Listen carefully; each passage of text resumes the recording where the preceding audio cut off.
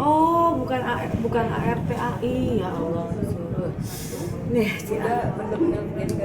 jadi Mas Parlan ini kerja sama jauh sebelum ada aku aja nih. Mas Parlan udah ada di rukonya Mas Anang. Jadi zaman ruko yang ini, zaman ruko sini aku di depan itu. Jadi Mas Parlan ini kerjanya sama Mas Anang zaman dulu lah gitu ya.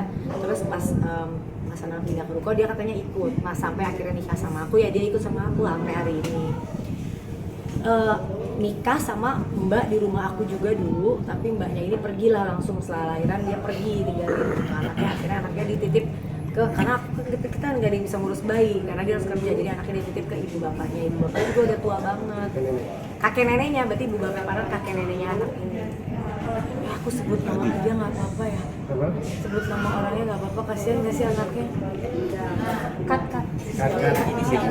Boleh ya, soalnya maaf ya teman-teman, jangan di namanya karena kan takutnya anaknya ini satu itu, yang kedua anaknya ini kan punya masa depan nih ke depan, takutnya kan mau aku sekolahin nanti dia di pesantren barunya akan merasa diolok-olokin teman atau apa. Kita pakai nama sisial aja ya, namanya si Mas P ini. Jadi Mas P ini ikut aku dari zaman sebelum ada aku, dari Mas Anang masih zaman dulu. Terus Mas Anang tinggal di ruko, dia ikut Mas Anang sampai ikut sama aku nikah ke Cinere, dia pun ikut.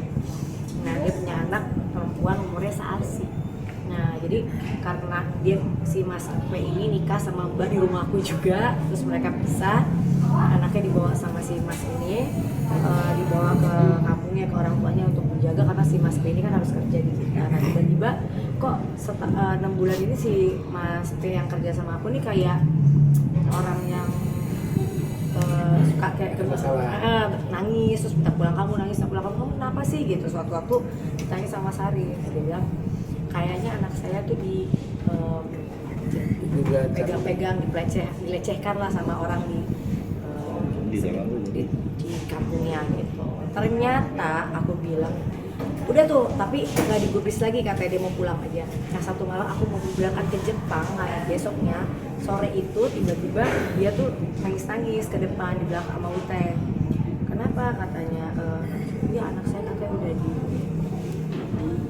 diduga dilakukan kekerasan yang lebih daripada dipegang-pegang. Aku bilang kamu jemput anak kamu sekarang ke sini, nanti kita urus setelah saya pulang dari Jepang. Tadinya tuh gitu.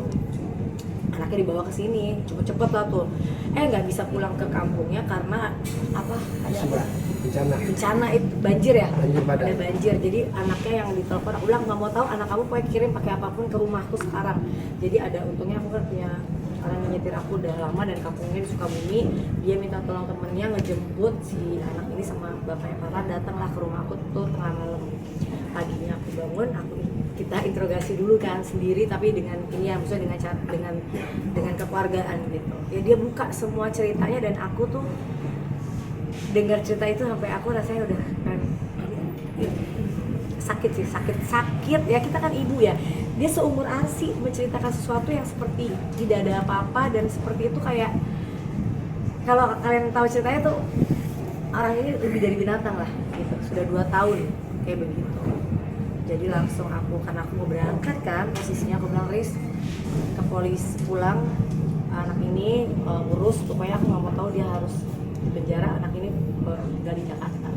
Karena tahun baru nggak bisa kan, terus jalan aksesnya nggak bisa dan lain-lain. Jadi anaknya diajak Aris liburan dulu di sini buat jalan-jalan sampai tahun baru. Setelah tahun baru tanggal 2 baru Mas Aris dengan karyawanku yang lain ke sana, lapor ke kepolisian. Bikin laporan, dijadiin saksi, gini. Dia sudah mengaku dan sekarang lagi proses hukum. Ya kita ikutin proses hukum yang ada ya. Tapi aku yakin bukan hanya nanti hukuman berat yang aku minta, tapi aku yakin kadang di penjara orang-orang yang melakukan kejahatan seksual predator kayak gitu disiksa banget sama orang-orang yang ada di sana. Aku berdoa banget kalau nggak ada. Aku berdoa banget, aku bilang Keris segera harus ditahan. Aku mau ke sana belum sempat karena aku baru pulang juga.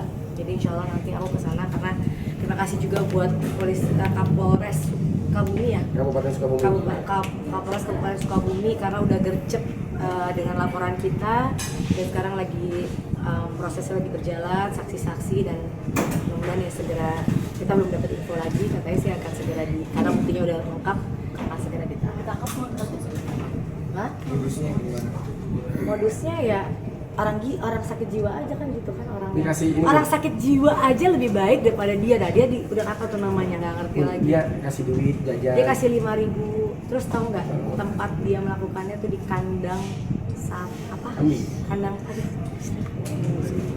Ini yang manusia kayak gini nih emang nggak ada tempat. Aduh, ini kan kita di daerah ya di kota aja udah banyak ya, apalagi di sana kayaknya kalau anak-anak itu cerita tuh kayak udah ya memang itu udah nasib gua kayak gini. Anak itu ceritanya tuh bikin kita makin kan kalau anak ini nangis kita ya anak ini cerita tuh bener-bener kayak saya mau gimana lagi, saya harus ngomong apa, sakit terus aduh sampai polwan yang visum aja nangis ya Riz ya. Iya. Polwan yang visum aja terus dibawa sebelum divisum ke sana kan aku bawa visum dulu ke rumah sakit Cinere, aku mau tahu dulu. Yang visum bilang kita nggak bisa visum bunda karena harus buat laporan polisi dulu baru visum katanya. Nah jadi balik bawa pulang lagi baru di Sukabumi di visum. Laporan berapa kali di Nanti aja itu deh jangan diceritain sekarang, kamu nggak kuat pokoknya. Biadab lah, mudah-mudahan orang-orang dimanapun kalian berada ya yang di Indonesia gitu ada yang kayak begini tuh. Aku lagi bikin juga satu organisasi dengan teman-teman yang akan nanti kita akan bekerja secara masif di daerah-daerah untuk ngurusin yang kayak gitu.